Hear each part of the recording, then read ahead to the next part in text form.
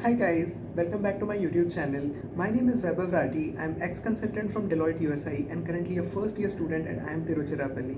I hope you all are doing well, and today we are going to be focusing on how I scored NMAT 243 score last year and how my preparation journey looked like.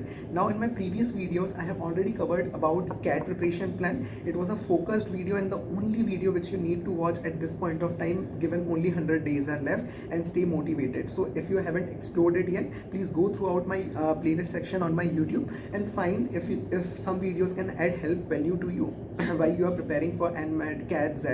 And now I'll be focusing on the NMAT part. Now, number one, when do you schedule your NMAT? Because this is a super important thing. Many times people tend to focus that they'll give NMAT before CAT and that will serve as a preparation plan for CAT. Again, the thought process is good, fine, full marks for it, but at the same time please understand that the NMAT syllabus does not overlap completely with the CAT syllabus, and if you end up scoring low in NMAT by any chance, that will not motivate you. In fact, that will demotivate you and you will feel bad that now you only have a chance on CAT, because given we are giving NMAT only for NMIMS, which is the best college and it is ranked literally with the new IIMs given the quality of companies which are visiting to their campuses. So NMAT and NMIMS Mumbai campus, these should be your best options, and you shouldn't play around with your options. Having backup options is super important. Do not make this mistake that you are going to be focusing only on CAT and Z. You never know how things turn out. Last year I myself faced a serious accident, and if you have been following my YouTube channel, you would know about it. So keeping all the important options in mind and taking all backup options seriously is super important. Having said that, there would be 3 sections in NMAT: language skills, logical reasoning, and quants. Now how you should go around it is, like what I did was gave my CAT examination, and after 1.5 weeks I scheduled my NMAT examination. Why I did that was, first focus calmly on CAT, give as many mocks, real-time mocks, previous year questions and mocks for that matter until your CAT. Be done with it. Take 1 week's time. Do not chill, like as in after CAT obviously you'll be burnt out, so you can chill for half day, and in those 10 days from CAT to your NMAT schedule, just give one focused mock of NMAT each every day, so that you are focusing on your NMAT preparation and you're also not losing out on your preparation completely, because this retaining all this completely is super important. Because another examination which is super important is that which is going to be coming to your way within a month, right, in the January first week. So for that's why I scheduled NMAT after 1 or 2 weeks of CAT, which is the ideal thing which I feel,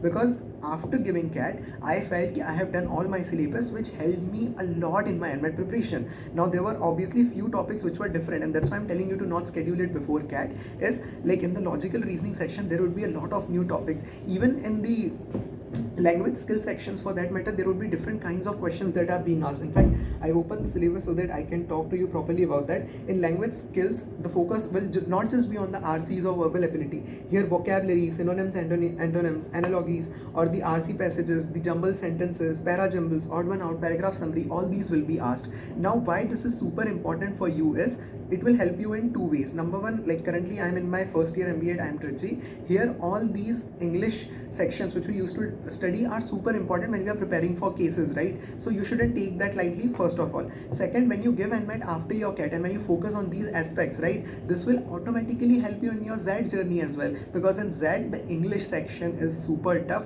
The level of it increases significantly when it comes to the CAT plan. And why I say that is not just in terms of level. In Z you have to manage time even more. I know it has 1 hour extra when it compared to CAT, but at the same time you have to focus more when it comes to Z, because there are 3 sections each, and in English you have a lot of quality questions, even poems and RC sections, and NMAT serves as a stepping stone for that examination as well. So placing it strategically is super important, and while focusing on these sections you will have to take a lot of time when it comes to preparation of language and quant section. But I still feel the level of overall paper of NMAT would be easier when it compared to CAT. What you have to focus more is the logical reasoning section. Now here I'll again give you 2 approaches how you can go along with it.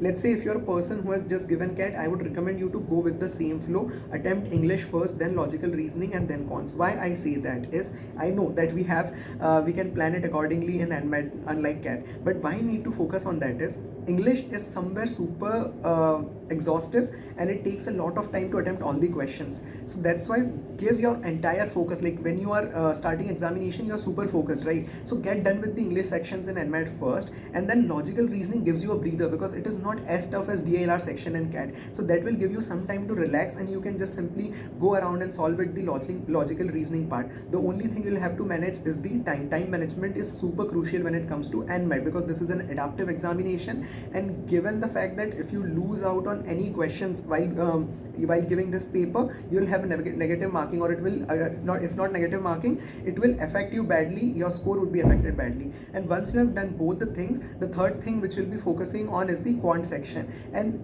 doing it this way will boost your score. But let's say if you're a confident person who has scored well when it comes to quant, or if some particular section is very well, a strongest area of yours, I would say go around it, but at least make sure you are giving 2 marks accordingly the plan which you want, and you are able to score well.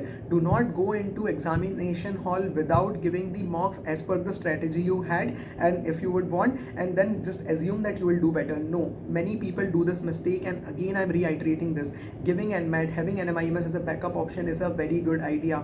Do not overestimate yourself before the CAT and ZET results come out thinking that hey, NMAT or SNAP exam for that matter is just my backup.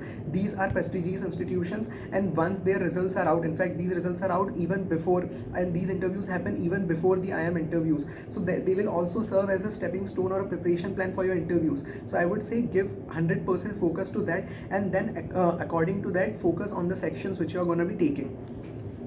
Another thing which you want to focus on is the time management part. In English, I think there would be 36 questions in 28 minutes, logical 36 questions in 40 minutes, and again quants 36 questions in 52 minutes. What does that tell you? How do you approach this? Focus on the number of minutes and make sure the amount you want to give to every question, and make sure you are having at least 2 to 3 minutes extra in the end of the paper, because in between there will be a lot of questions, will take a lot of your time. I know that you will be doing good in English and good in quants given you are preparing for CAT examination, but logical reasoning is the part where you will find a different set of problems. There would be input output questions which will take away a lot of your time. You won't be able to manage it better. So for that, first give mocks consistently, and know, like I spoke about this in my CAT preparation plan also, know where to let go of a problem.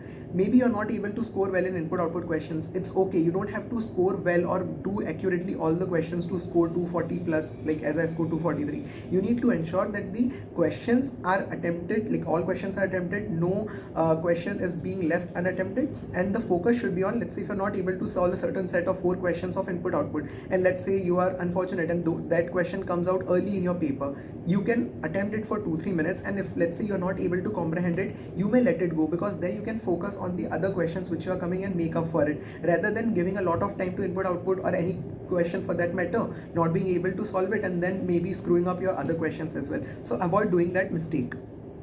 What are the deal breakers in NMAT examination according to my experience? There should be no second guessing. This competitive exam, specifically NMAT, given an adaptive examination, you don't have time to cross check your answers, and do not make that mistake. You won't have time. In starting you would realize that hey, you have a lot of time, you'll manage things well. It doesn't happen that way. Focus on the questions properly and make sure that you are giving your right answers, and you're maybe even if you're doing some questions by gut feel, just let it go and mark that answer within the first flow itself. Do not break your flow, do not second guess, do not check, because it will only waste your time. I'm telling that from experience. Number 2 thing, again it is very evident from whatever I spoke till now, time management is the most crucial aspect when it comes to NMAT examination, even more so when it comes to CAT examination. Number 3, difficult level would be lesser than CAT, but that doesn't mean that you should be overconfident. Just make sure that you are thorough with all types of questions, and how you will do that, again I'll reiterate this. Just focus on giving 8 to 10 marks before your NMAT examination just after CAT, and give those in chill mode, because if you are prepared for CAT, you will do well in NMAT anyway. But make sure that you're not scheduling your NMAT examination just before CAT or just few days after CAT. You need some breather, because there are different types of questions which are going to be asked, and I want you to score really well when it comes to the NMAT examination.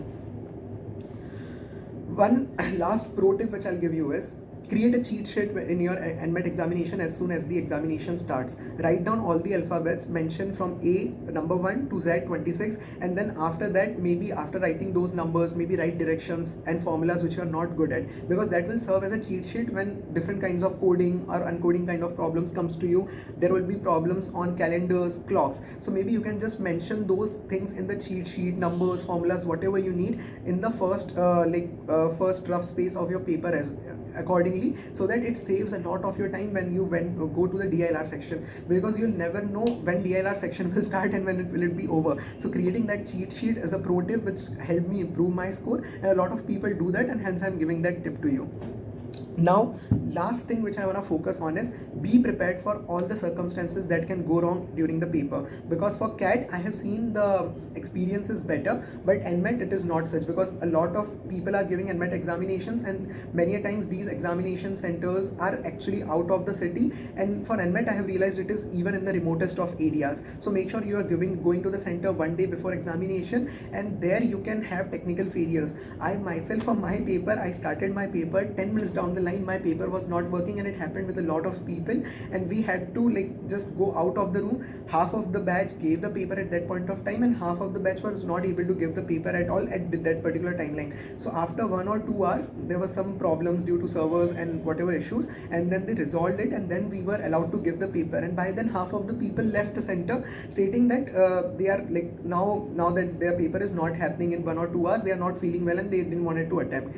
But I would say, if such a thing happens, be calm, drink some water, breathe more, go out, maybe take a walk. If something like this happens to you in your NMAT examination, be calm. Things can go wrong, but at the same time, you keeping your calm and you giving your best is the two important things which a competitive examination assesses, and that's what you need to focus on, right? You need to give your best regardless of the circumstances. So that's what I did. I didn't leave the examination center when those things happened, and after 2 hours I was not only able to give my paper, I was actually able to score well. And you need to focus on 220, 225 plus for that matter if you want to really get shortlist from NMIM, especially the main Mumbai campus. So these were all the important points which I wanted to touch upon. Still, if you'll have doubts, please feel free to comment on this video and let me know if there is some content which you'd like to make me which I should be making on in the time to come.